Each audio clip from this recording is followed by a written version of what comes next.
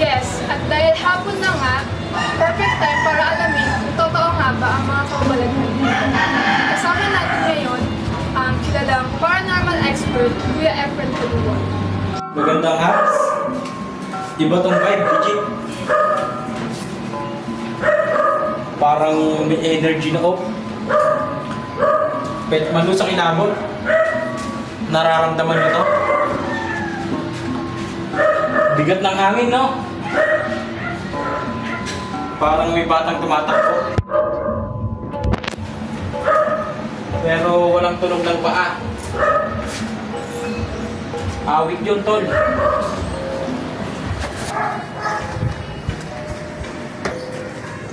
Ayun ako mga te, alam nyo ba, nag-selfie ako dito kahapon, tapos may bata sumilip. Nakasmile pa nga siya eh, tingnan nyo.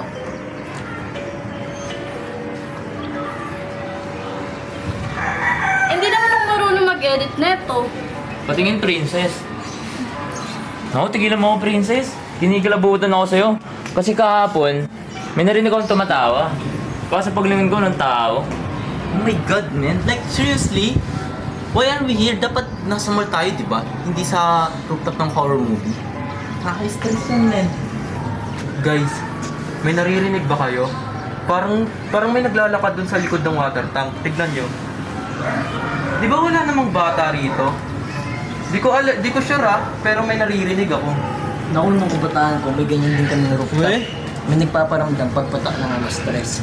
Sabi ng mga matatanda, huwag mo tititigan. Dahil baka hilahin ka pababa. Nakakatakot naman Grabe yan. no, parang throwbacks ng kabataan ko. Relax nga kayo. Masyado kayong OA. Alam niyo ba, hapon pa lang? Walang multo sa hapon. Hello? Huwag kayong masyado mag-imagine. Tama, nag-imagine lang tayo, tol. Ha, baka nga. Siguro.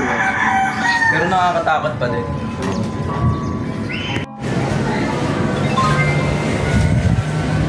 May nararamdaman ako ditong kakaiba na hindi naman bad pero sad boy ang energy niya.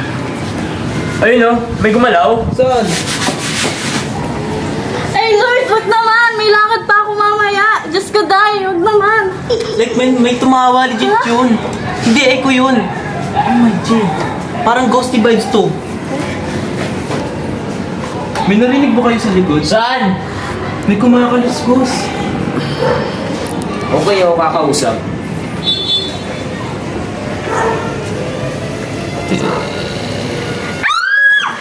Yung kay Kilos kasi may nararamdaman ako. Kasi pag sumagot siya, baka sumama siya pa uwi. Kasi ang balita ko dito, may nahulog daw dito noon na isang bata. At tuwing alas 3, siya ay nagpaparamdam. Kuya Ed! Andito siya! Kuya Ed! Nandyan siya! Oo, nakangiti. Sa likod niyo. Ang mga bata, di laging inosente. Pag di mo na sila nakikita, minsan sila pa ang OG. Sa lagim, kaya pag may narinig kang tawa, huwag mong sagutin. Ghost back mo na lang. Totga mo ba? Yung multo, huwag mo lang siyang kalaro. Stay aware pa, mga kalagim. Ingat sa mga batang naglalaro kahit wala na sila.